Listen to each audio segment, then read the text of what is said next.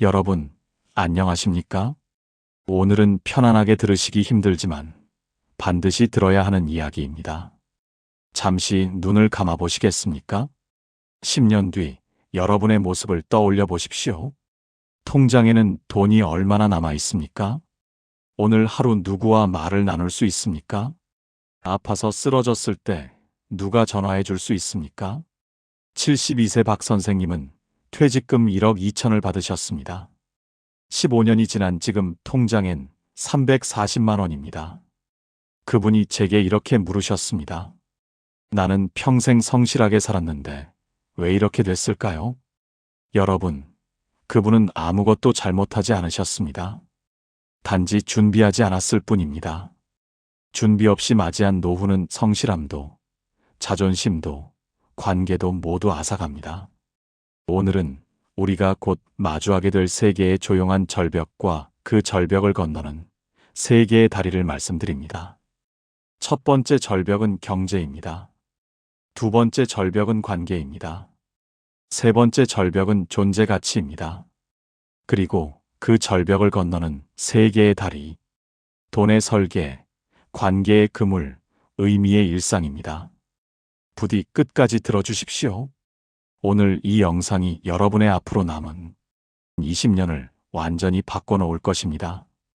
이 이야기가 도움이 되신다면 구독과 좋아요로 응원해 주시고 주변의 소중한 분들께도 꼭 공유해 주십시오. 첫 번째 절벽, 바닥이 보이는 통장. 첫 번째 절벽으로 갑니다. 바닥이 보이는 통장입니다. 여러분, 제가 요즘 복지관과 경로당을 돌아다니며 어르신들께 여쭤봅니다. 지금 통장에 돈이 얼마나 있으십니까? 한 달에 쓰는 돈은 얼마입니까? 앞으로 몇 년을 더 버틸 수 있다고 생각하십니까? 대부분 대답을 못 하십니다. 아니, 정확히는 대답하기 싫어하십니다. 왜냐하면 계산해보면 너무 무섭기 때문입니다. 여기서 잠시 멈춰 보겠습니다. 2025년 현재 65세 이상 어르신 10명 중 4명이 가난 속에서 늙어가고 있습니다. OECD 국가 중 1위입니다. 이 숫자는 누군가의 하루입니다. 그리고 여러분, 이건 남의 이야기가 아닙니다. 지금 이 순간에도 여러분의 통장 잔액은 줄어들고 있고, 물가는 오르고 있고, 병원비는 늘어나고 있습니다. 구체적으로 계산해 보겠습니다. 70세 부부 기준으로 한 달 최소 생활비, 식비 50만 원, 월세나 관리비 40만 원, 통신비, 교통비 15만 원, 병원비 약값 30만 원, 경조사비 10만 원, 최소한의 문화생활비 10만 원, 합치면 155만 원입니다. 그런데 국민연금은 한 달에 60만 원 남짓입니다.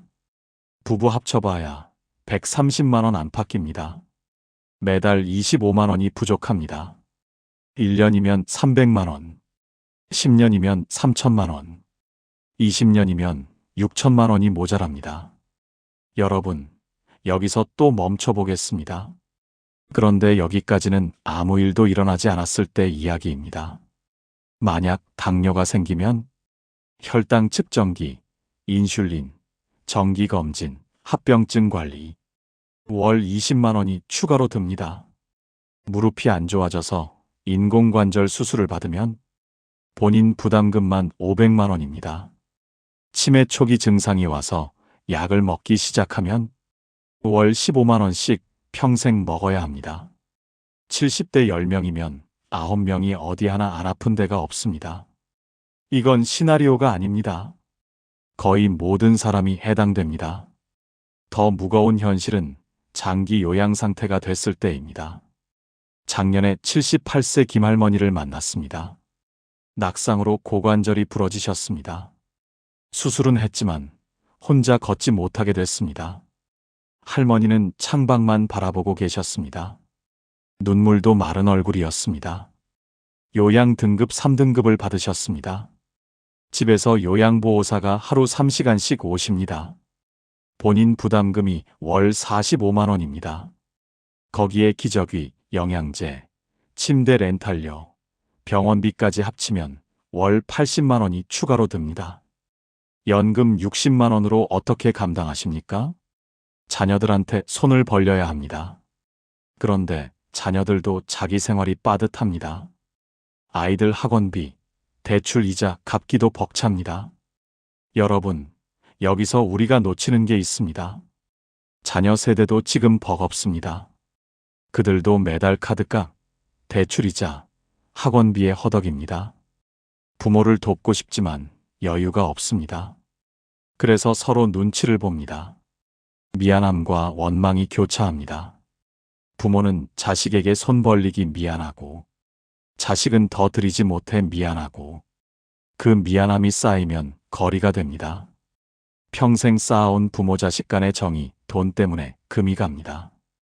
여러분, 이게 바로 준비 없는 노후의 첫 번째 절벽입니다. 경제적 파탄은 단순히 돈이 없는 것을 넘어서 인간관계를 파괴하고 자존감을 무너뜨리고 선택의 자유를 빼앗아갑니다. 아프면 병원도 마음대로 못 갑니다.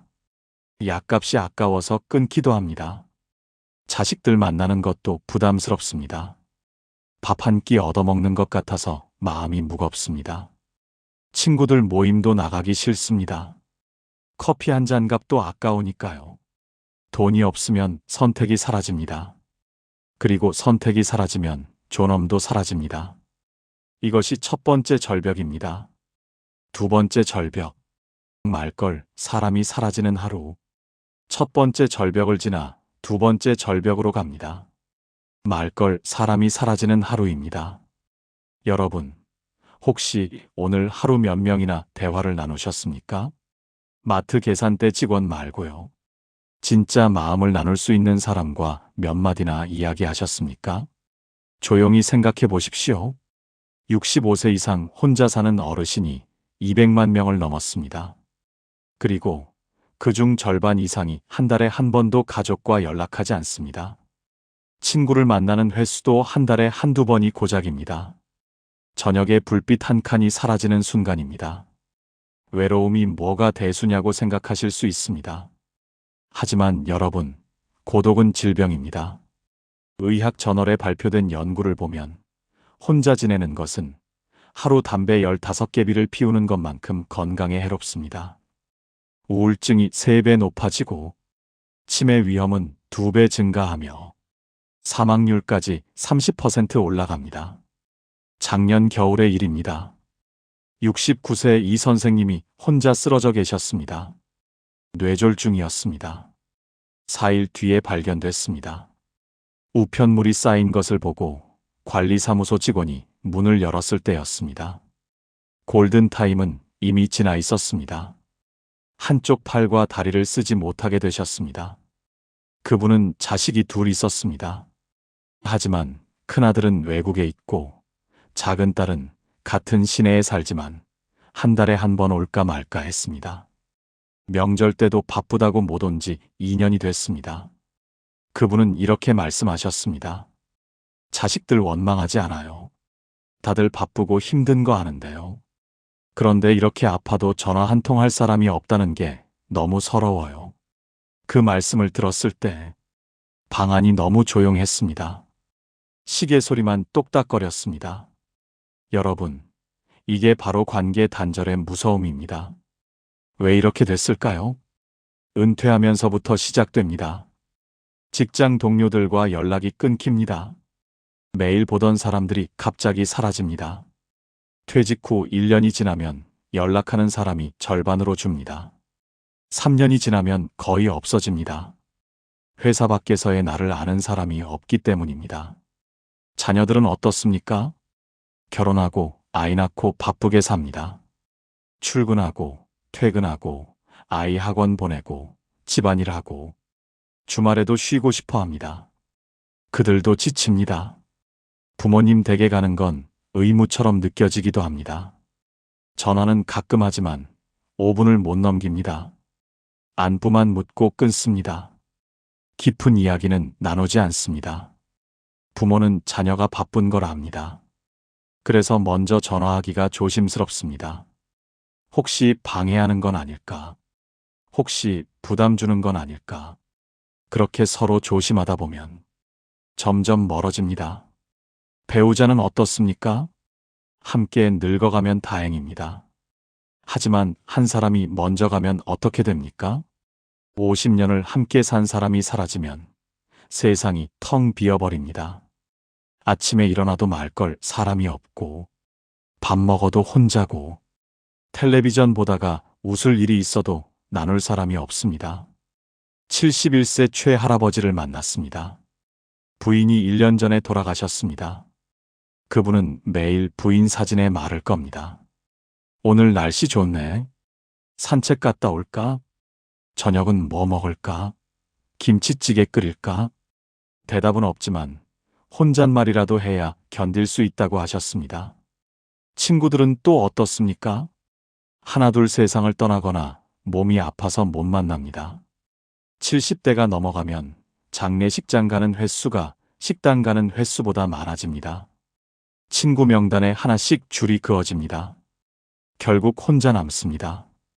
여러분, 사람은 관계 속에서 존재합니다. 누군가 내 이름을 불러줘야 내가 존재하는 겁니다. 누군가 내 안부를 물어줘야 내가 살아있는 겁니다. 누군가 내 이야기를 들어줘야 내가 의미 있는 겁니다. 그런데 그 누군가가 없어지면 어떻게 됩니까? 나는 점점 투명 인간이 됩니다.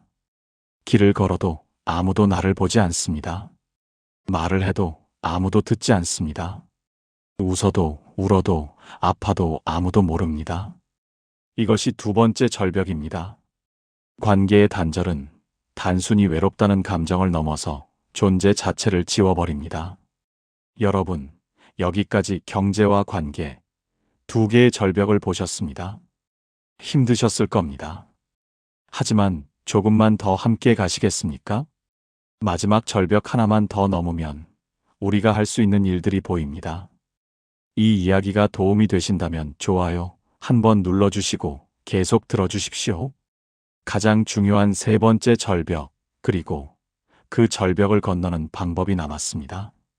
세 번째 절벽, 아침에 일어날 이유가 사라지는 날. 두 번째 절벽을 지나 마지막 세 번째 절벽으로 갑니다. 아침에 일어날 이유가 사라지는 날입니다.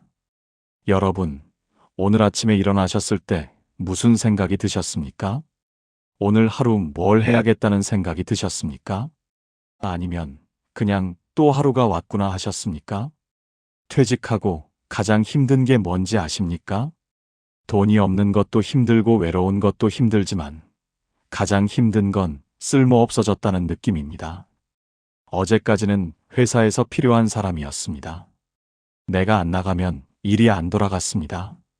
후배들이 물어봤고 상사가 인정했고 내 자리가 있었습니다. 그런데 오늘부터는 아무도 나를 찾지 않습니다. 휴대전화는 조용합니다. 이메일도 안 옵니다. 아침에 어디 갈 곳도 없습니다. 처음 한두 달은 좋습니다. 드디어 쉬는구나. 그동안 못한 여행도 가고, 취미도 즐기고, 늦잠도 자고. 그런데 6개월이 지나면 어떻습니까? 허전함이 밀려옵니다. 1년이 지나면 우울해집니다. 2년이 지나면 무기력해집니다. 74세 정 선생님을 만났습니다. 대기업에서 임원까지 하신 분입니다. 수백 명을 거느리고 큰 프로젝트를 성공시키신 분입니다. 그런데 퇴직 후 5년이 지난 지금은 어떻습니까? 아침 7시에 일어나 산책 나갔다가 경로당에 들러 장기 두다가 점심 먹고 낮잠 자다가 저녁 먹고 텔레비전 보다가 잡니다. 매일 똑같습니다. 선생님은 달력을 봅니다. 월요일인지 금요일인지 구별이 안 됩니다. 다 똑같은 하루니까요. 그분이 제게 이렇게 말씀하셨습니다. 나는 평생 누군가에게 필요한 사람으로 살았어요. 아버지로서, 남편으로서, 직장인으로서. 그런데 지금은 아무도 나를 필요로 하지 않아요. 자식들은 자기 인생 사느라 바쁘고, 아내는 아내대로 친구들 만나러 다니고, 나만 혼자 집에 있어요. 가끔 생각해요. 내가 오늘 사라져도 누가 알까? 일주일 뒤에나 알까? 한 달 뒤에나 알까? 그 말씀을 들었을 때 제 가슴이 너무 아팠습니다. 존재 가치의 상실. 이게 얼마나 무서운지 아십니까? 퇴직 후 시간은 이렇게 흘러갑니다. 첫 3개월. 해방감입니다. 드디어 내 시간이다. 하고 싶었던 거 다 한다. 여행도 가고 친구도 만나고. 그 다음 6개월. 조금씩 지루해집니다. 매일 똑같은 일상이 반복됩니다. 텔레비전 보는 시간이 길어집니다. 1년이 지나면 무료함이 우울로 바뀝니다. 아침에 일어나기 싫어집니다. 씻기도 귀찮고 밥도 대충 먹습니다. 2년이 지나면 무기력이 찾아옵니다. 아무것도 하고 싶지 않습니다. 그냥 하루하루 시간만 때웁니다. 이게 바로 존재 가치 상실의 과정입니다. 70대 이상 어르신 10명 중 1명이 스스로 목숨을 끊습니다. OECD 평균의 3배가 넘습니다. 왜 자살을 선택합니까? 아프고 가난해서? 물론 그것도 이유입니다. 하지만 가장 큰 이유는 내가 짐이 됐다는 생각, 내가 없는 게 나은 것 같다는 생각 때문입니다. 67세장 할아버지를 만났습니다. 퇴직 후 3년째였습니다. 매일 소파에 앉아 시간만 보냈습니다. 어느 날 딸이 찾아왔습니다. 아빠, 요즘 뭐 하세요? 뭐 하긴 그냥 있지. 취미 생활 같은 거 안 하세요? 귀찮아서. 딸이 복지관 프로그램 안내문을 주고 갔습니다. 할아버지는 쳐다보지도 않았습니다. 한 달 뒤, 딸이 다시 왔습니다. 아빠, 제발 뭐라도 좀 해보세요. 이러다 정말 우울증 오실 것 같아요. 그 말에 할아버지는 화를 냈습니다. 내가 뭘 어떻게 해? 필요한 것도 없는데. 딸이 울먹였습니다. 저한텐 필요하세요. 건강하게 오래 사셔야 해요. 그 말에 할아버지도 울컥했습니다. 그날 밤, 할아버지는 복지관 안내문을 펼쳤습니다. 노래 교실, 서예 교실, 탁구 교실, 봉사활동. 여러 가지가 있었습니다. 다음 주 월요일, 할아버지는 탁구 교실에 갔습니다. 처음엔 어색했습니다. 라켓 잡는 것도 서툴렀습니다. 하지만 한 달쯤 지나니까 조금씩 칠 수 있게 됐습니다. 2달쯤 지나니까 같이 치는 사람들과 친해졌습니다. 석 달쯤 지나니까 수업 끝나고 커피 마시게 됐습니다. 지금은 일주일에 2번, 화요일과 목요일. 할아버지는 그 이틀을 기다립니다. 아침에 일어나면 생각합니다. 오늘은 탁구 치는 날이다. 준비해야지. 이게 바로 존재의 이유입니다. 여러분, 사람은 빵만으로 살 수 없습니다. 의미가 있어야 삽니다. 아침에 일어날 이유가 있어야 삽니다. 누군가에게 도움이 되는 존재라는 느낌이 있어야 삽니다. 그런데 그게 사라지면 어떻게 됩니까? 하루하루가 그냥 시간 때우기가 됩니다.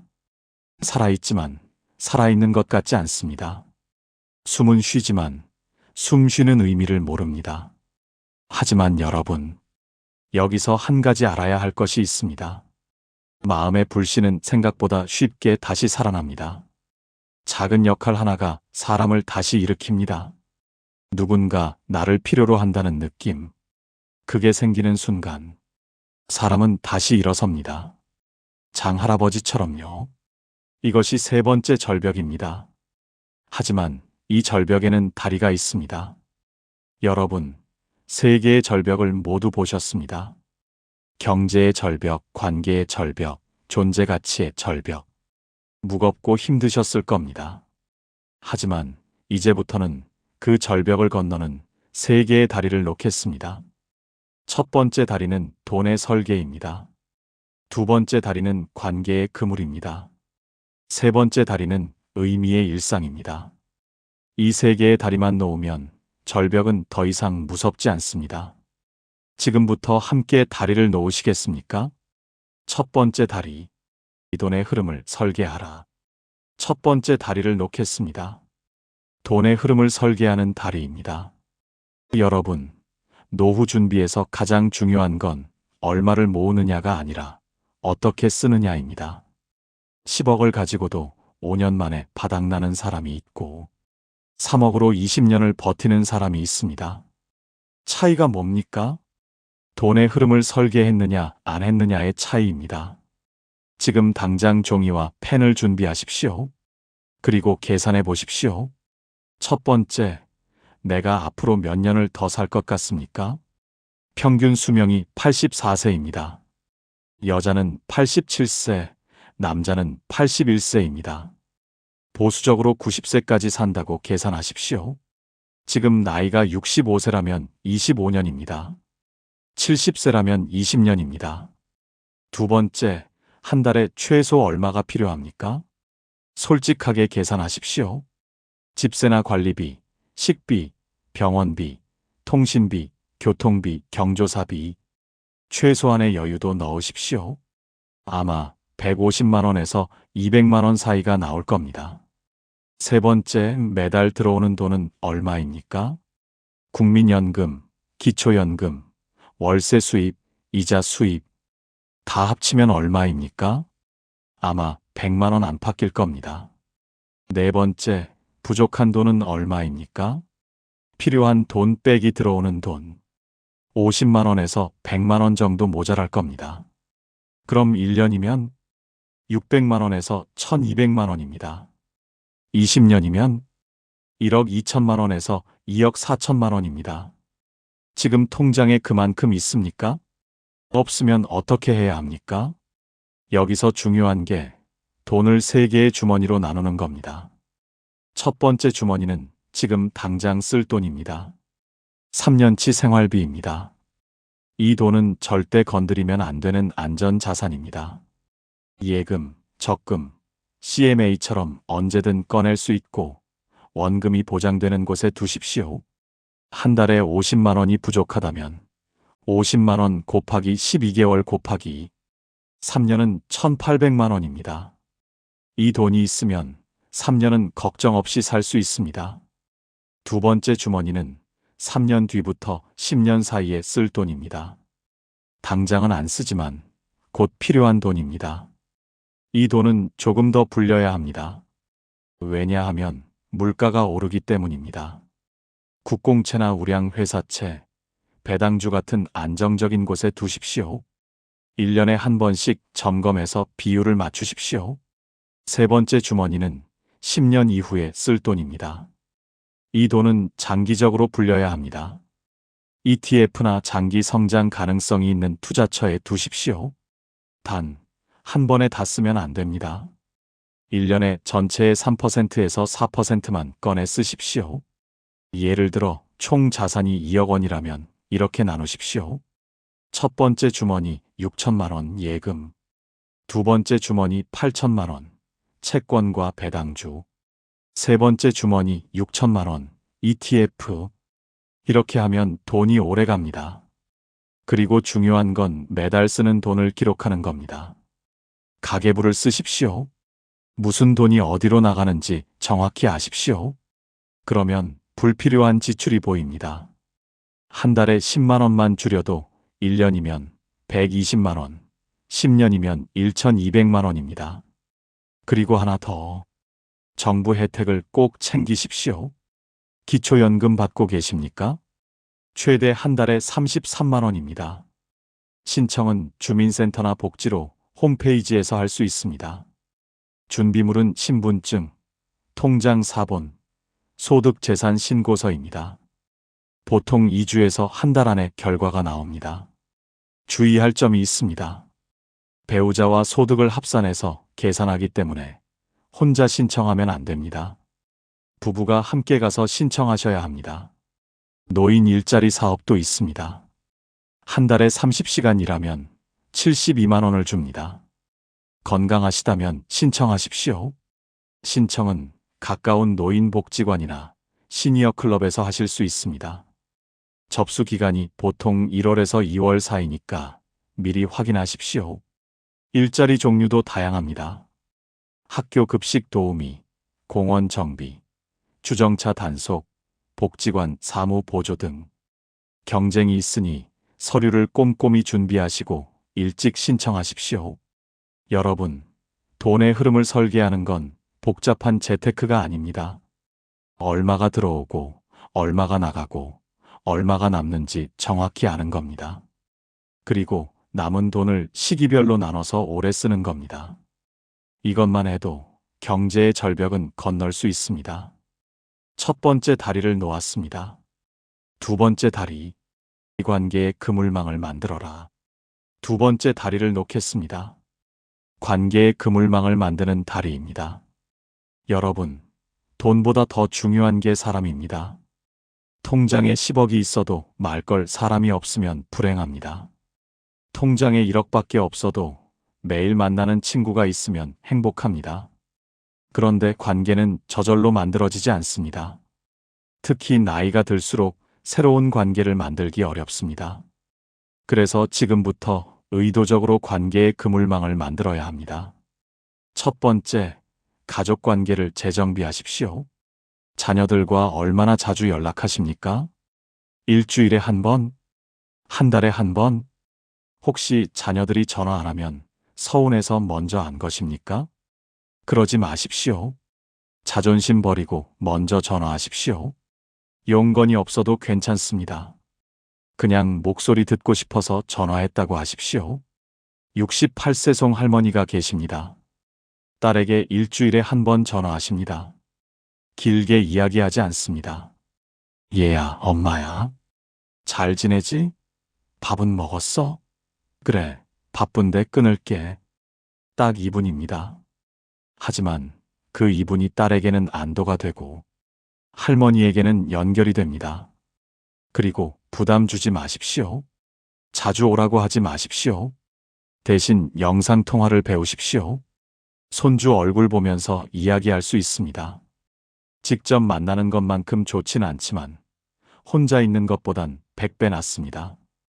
영상통화는 주민센터나 복지관에서 무료로 가르쳐 줍니다. 한두 번만 배우면 할 수 있습니다. 카카오톡 영상통화가 가장 쉽습니다. 형제자매와는 어떻습니까? 나이 들수록 형제가 소중합니다. 어렸을 때 함께 자란 사람, 부모님을 함께 기억하는 사람은 형제밖에 없습니다. 명절에만 보지 말고 가끔 만나십시오.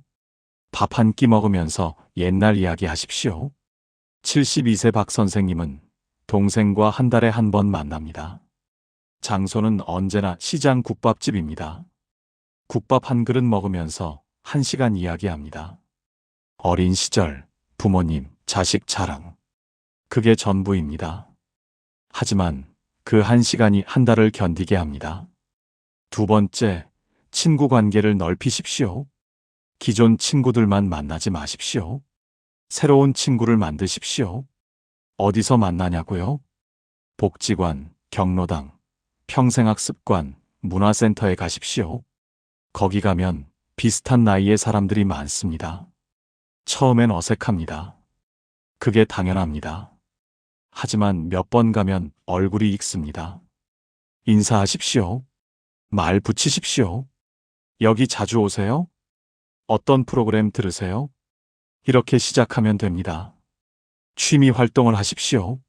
노래 교실, 서예 교실, 운동 교실, 무엇이든 좋습니다. 같은 것을 배우는 사람들끼리는 금방 친해집니다. 69세 최할아버지는 탁구를 배우기 시작했습니다. 복지관 탁구 교실입니다. 일주일에 2번 갑니다. 처음엔 혼자 조용히 쳤습니다. 한 달쯤 지나니까 같이 치는 사람들과 인사하게 됐습니다. 2달쯤 지나니까 수업 끝나고 커피 마시게 됐습니다. 지금은 5명이 한 팀입니다. 탁구 치고 밥 먹고 수다 떱니다. 할아버지는 말합니다. 탁구를 배운 게 아니라 친구를 얻었어요. 등산이나 걷기 모임에 참여하십시오. 걸으면서 이야기하면 대화가 편합니다. 힘들면 쉬었다 가면 되고 말없이 걸어도 어색하지 않습니다. 자연스럽게 친해집니다. 세 번째, 이웃 관계를 만드십시오. 같은 아파트, 같은 동네에 사는 사람들과 인사하십시오. 엘리베이터에서 만나면 웃으면서 인사하십시오. 슈퍼마켓에서 만나면 한마디 하십시오. 벤치에 앉아 계시면 옆 사람에게 말 붙이십시오. 오늘 날씨 참 좋네요. 여기 자주 나오세요? 저기 꽃이 참 예쁘죠? 이렇게 시작하면 됩니다. 혹시 혼자 사십니까? 그럼 더욱 중요합니다. 매일 같은 시간에 산책 나가십시오. 그러면 같은 사람을 자주 마주칩니다. 몇 번 보면 얼굴이 익습니다. 고개 숙여 인사하십시오. 그 다음엔 날씨 이야기하십시오. 그 다음엔 이름을 물어보십시오. 그렇게 친구가 됩니다. 74세 김할머니는 혼자 삽니다. 매일 아침 7시에 산책 나갑니다. 같은 시간에 나오는 할머니 한 분이 있습니다. 처음엔 그냥 지나쳤습니다. 한 달쯤 지나니까 눈인사를 하게 됐습니다. 2달쯤 지나니까 안녕하세요 하게 됐습니다. 석 달쯤 지나니까 같이 걷게 됐습니다. 지금은 매일 아침 함께 30분 걷습니다. 그 30분이 하루를 시작하는 힘이 됩니다. 그리고 이웃 중에 나와 비슷한 상황인 사람을 찾으십시오. 혼자 사는 사람, 배우자를 잃은 사람, 자녀가 멀리 있는 사람. 그런 사람과 친해지면 서로 의지가 됩니다. 매일 아침 전화로 안부 확인하십시오. 밥 먹었는지, 몸은 괜찮은지. 이게 바로 생명줄입니다. 70대 초반 두 할머니가 있습니다. 둘 다 혼자 삽니다. 매일 아침 9시에 전화합니다. 나야? 잘 잤어? 응. 너는? 나도. 오늘 뭐 할 거야? 장 좀 보러 갈까 해. 그래. 조심해. 딱 1분입니다. 하지만 그 1분이 서로를 지킵니다. 어느 날 전화가 안 오면 바로 달려갈 수 있습니다. 4번째, 봉사활동을 하십시오. 나보다 더 어려운 사람을 도우십시오. 독거노인 도시락 배달, 무료 급식소 자원봉사, 어린이집 책 읽어주기, 무엇이든 좋습니다. 남을 돕다 보면 내가 필요한 사람이 됩니다. 누군가 나를 기다립니다. 내가 안 나가면 누군가 불편해합니다. 이게 바로 존재의 이유입니다. 67세 이 선생님은 주 2회 복지관에서 무료 급식 봉사를 합니다. 밥을 담고 국을 담고 설거지를 합니다. 처음엔 시간 때우려고 시작했습니다. 한 달쯤 지나니까 단골 할머니 할아버지들이 생겼습니다. 선생님, 오늘도 오셨네요. 네, 왔어요. 오늘 날씨 좋죠? 그렇게 인사하다 보니 정이 들었습니다. 어느 날 할머니 한 분이 안 오셨습니다. 선생님이 복지사에게 물어봤습니다. 김할머니 오늘 왜 안 오셨어요? 몸이 안 좋으시대요. 선생님은 복지사와 함께 찾아갔습니다. 과일 한 봉지 들고요. 할머니가 울먹이며 말했습니다. 나를 찾아오는 사람이 있을 줄 몰랐어요. 그 순간 선생님도 울컥했습니다. 내가 누군가에게 필요한 사람이구나. 그걸 느꼈습니다. 여러분, 관계는 보험입니다. 건강할 때 만들어 놓아야 아플 때 도움받을 수 있습니다. 혼자 있을 때 만들어 놓아야 외로울 때 의지할 수 있습니다. 지금 당장 전화기를 드십시오. 그리고 오랫동안 연락 안 한 사람에게 전화하십시오. 그게 첫걸음입니다. 2번째 다리를 놓았습니다. 관계의 절벽을 건넜습니다. 3번째 다리, 의미 있는 일상을 만들어라. 마지막 3번째 다리를 놓겠습니다. 의미 있는 일상을 만드는 다리입니다. 여러분, 매일 아침 일어날 이유를 만드는 것입니다. 퇴직 후 가장 위험한 건 무료함입니다. 할 일이 없으면 생각이 많아집니다. 생각이 많아지면 우울해집니다. 우울해지면 아무것도 하기 싫어집니다. 악순환입니다. 그래서 일상의 구조를 만들어야 합니다. 첫 번째, 아침 루틴을 만드십시오. 매일 같은 시간에 일어나십시오. 늦잠 자지 마십시오. 7시면 7시, 8시면 8시, 시간을 정하십시오. 일어나서 물 한 잔 마시고, 가벼운 스트레칭하고, 산책 나가십시오. 30분이면 됩니다. 집 주변 한 바퀴 도십시오. 산책하면서 계절을 느끼십시오. 봄에는 꽃을 보고, 여름에는 나무 그늘을 즐기고, 가을에는 낙엽을 밟고, 겨울에는 찬 공기를 마시십시오. 자연은 매일 다릅니다. 같은 길을 걸어도 매일 다른 것을 발견합니다. 71세강 할아버지는 매일 아침 6시 30분에 일어납니다. 물 한 잔 마시고, 화장실 다녀오고, 간단하게 스트레칭 5분, 그리고 7시에 집을 나섭니다. 30분 걷습니다. 비가 와도 우산 쓰고 갑니다. 눈이 와도 조심조심 갑니다. 그게 할아버지의 하루를 엽니다. 두 번째, 배움을 계속하십시오. 나이가 들어도 배울 수 있습니다. 아니, 배워야 합니다. 뇌는 쓰지 않으면 굳습니다. 새로운 것을 배우면 뇌가 활성화됩니다. 스마트폰 사용법을 배우십시오. 유튜브 보는 법, 사진 찍고 보내는 법, 영상 통화하는 법, 복지 앱 쓰는 법, 주민센터나 노인복지관에서 무료로 가르쳐 줍니다. 일주일에 한 번, 1시간씩. 한 달이면 기본은 배울 수 있습니다. 가장 실수하는 게 뭔지 아십니까? 한 번에 다 배우려고 하는 겁니다. 한 번에 한 가지만 배우십시오. 이번 주는 사진 찍기만, 다음 주는 사진 보내기만. 그렇게 천천히 가면 됩니다. 악기를 배우십시오. 하모니카, 우쿨렐레, 장구, 무엇이든 좋습니다. 악기를 배우면 손가락을 쓰고 리듬을 맞추고 음을 기억합니다. 두뇌 운동의 최고입니다. 73세 정할머니는 1년 전 우쿨렐레를 시작했습니다. 복지관 우쿨렐레 교실입니다. 처음엔 손가락이 아팠습니다. 코드를 외우는 것도 힘들었습니다. 석 달쯤 지나니까 간단한 노래 하나 칠 수 있게 됐습니다. 섬지박이었습니다. 할머니가 그 노래를 치면서 울었습니다. 내가 이런 걸 할 수 있구나. 그걸 깨달았습니다. 글쓰기를 하십시오. 일기를 쓰십시오. 오늘 있었던 일, 느낀 점, 감사한 일 3가지. 매일 한 줄이라도 쓰십시오. 글을 쓰면 생각이 정리됩니다. 마음이 차분해집니다. 70세 윤 선생님은 3년째 일기를 씁니다. 매일 밤 자기 전에 씁니다. 노트 한 페이지. 길 필요 없습니다. 오늘 날씨가 좋았다. 산책하면서 진달래를 봤다. 저녁에 아들이 전화했다. 감사하다. 이 정도입니다. 하지만 그 일기가 쌓이면서 선생님은 자기 삶을 다시 보게 됐습니다. 생각보다 감사한 일이 많았습니다. 생각보다 괜찮은 하루를 살고 있었습니다.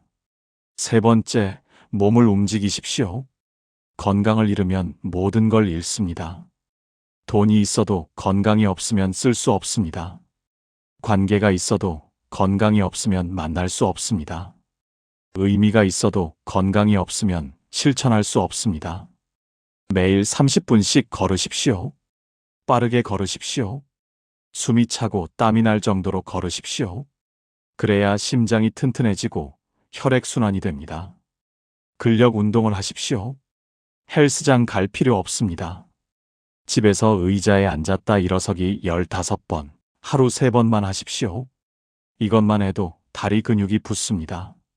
넘어지는 걸 막을 수 있습니다. 팔 운동도 하십시오. 500ml 물병 2개 준비하십시오. 양손에 하나씩 들고 팔을 앞으로 들어 올렸다 내리기 10번, 옆으로 들어 올렸다 내리기 10번. 하루 2번만 하십시오. 한 달만 하면 팔에 힘이 생깁니다. 균형 감각을 키우십시오. 양치할 때 한 발로 서십시오. 처음엔 10초, 익숙해지면 30초. 이게 낙상을 막습니다. 넘어지지 않는 게 가장 중요합니다. 75세 넘어서 한 번 넘어지면 회복이 어렵습니다. 그러니 넘어지지 않는 몸을 만들어야 합니다. 네 번째, 감사일기를 쓰십시오. 매일 저녁 잠자리에 들기 전 오늘 감사한 일 3가지를 적으십시오. 아주 작은 것도 괜찮습니다. 날씨가 좋았다. 밥이 맛있었다. 이웃이 인사해줬다. 이런 것들입니다. 감사하는 습관은 마음을 바꿉니다. 불평하던 사람이 감사하게 됩니다. 우울하던 사람이 긍정적으로 됩니다. 과학적으로 증명된 사실입니다. 감사 일기를 쓰는 사람은 행복도가 25% 높습니다. 68세 배할머니는 1년째 감사 일기를 씁니다. 처음엔 감사한 게 없었습니다. 억지로라도 3개를 찾았습니다. 한 달쯤 지나니까 감사한 게 보이기 시작했습니다. 석 달쯤 지나니까 하루에 5개도 넘었습니다. 지금은 감사한 게 너무 많아서 고르기 힘들 정도입니다. 할머니는 말합니다. 세상이 달라진 게 아니라 내 눈이 달라졌어요. 5번째, 작은 일이라도 하십시오. 집안일을 하십시오. 청소하고 설거지하고 빨래하고 화분에 물 주십시오. 이게 다 운동입니다. 그리고 집이 깨끗해지면 마음도 깨끗해집니다. 요리를 하십시오. 간단한 것이라도 직접 만들어 드십시오. 라면이라도 계란 넣고 파 넣고 정성껏 끓이십시오. 내가 만든 음식을 먹으면 삶이 능동적으로 됩니다. 작은 텃밭을 가꾸십시오. 베란다에 화분 몇 개만 있어도 됩니다. 상추, 고추, 토마토 심어 보십시오. 매일 물 주고 자라는 걸 보십시오. 생명을 키우는 일은 보람이 있습니다. 72세 한 할아버지는 베란다에 상추를 키웁니다. 화분 5개입니다. 매일 아침 물을 줍니다. 잎이 하나 나올 때마다 신기합니다. 한 달쯤 지나면 수확합니다. 상추 몇 장 따서 쌈 싸 먹습니다. 그게 얼마나 맛있는지 모릅니다. 돈 주고 사 먹는 것과는 다릅니다. 내가 키운 것이기 때문입니다. 여러분, 의미 있는 일상은 거창한 게 아닙니다. 매일 규칙적으로 일어나고, 몸을 움직이고, 새로운 것을 배우고, 작은 것에 감사하는 것입니다. 이것만 해도 존재 가치를 느낄 수 있습니다.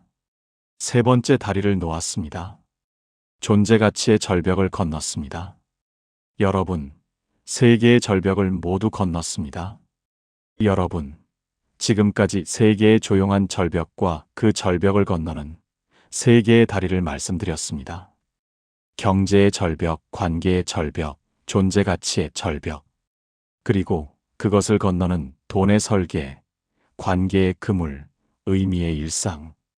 돌이켜 생각해보면 우리는 평생 열심히 살았습니다. 전쟁을 겪고, 가난을 이겨내고, 자녀를 키우고, 나라를 발전시켰습니다. 아무도 가르쳐 주지 않았지만 스스로 배웠습니다. 아무도 도와주지 않았지만 스스로 일어섰습니다. 그런 여러분이 노후 준비 못할 리 없습니다. 단지 어떻게 해야 할지 몰랐을 뿐입니다. 이제 아셨습니다. 늦었다고 생각하지 마십시오. 70세도 괜찮습니다. 75세도 괜찮습니다. 지금 시작하면 앞으로 남은 10년, 15년, 20년을 완전히 다르게 살 수 있습니다. 한 번에 다 하려고 하지 마십시오. 오늘은 통장 정리만 하십시오. 내일은 오랜 친구에게 전화만 하십시오. 모레는 산책만 나가십시오. 작은 것부터 하나씩 시작하면 됩니다. 그리고 기억하십시오. 여러분은 혼자가 아닙니다. 같은 나이대에 비슷한 고민을 하는 사람이 수백만 명입니다. 함께 준비하면 됩니다. 함께 늙어가면 됩니다. 저는 여러분이 행복한 노년을 맞이하시길 진심으로 바랍니다. 돈 걱정 없이 외롭지 않게 의미 있게 사시길 바랍니다. 아침에 눈 뜨면 오늘도 살아있어서 감사하다고 생각하시길 바랍니다. 오늘 이야기가 도움이 되셨다면 구독과 좋아요로 마음을 전해주십시오. 여러분의 한 번의 클릭이 다른 어르신의 노후를 살립니다. 댓글로 여러분의 생각을 나눠주십시오. 지금 어떤 준비를 하고 계신지, 어떤 어려움이 있으신지 서로 이야기 나누면 힘이 됩니다. 다음 영상에서는 정부 혜택 100% 챙기는 방법을 구체적으로 알려드리겠습니다. 놓치고 있는 돈이 분명히 있습니다. 꼭 시청하십시오. 여러분, 오늘도 귀한 시간 내어 들어주셔서 진심으로 감사드립니다. 남은 하루도 평안하시고 작은 것에서 기쁨을 찾으시길 바랍니다. 다음에 또 뵙겠습니다. 건강하십시오. 감사합니다.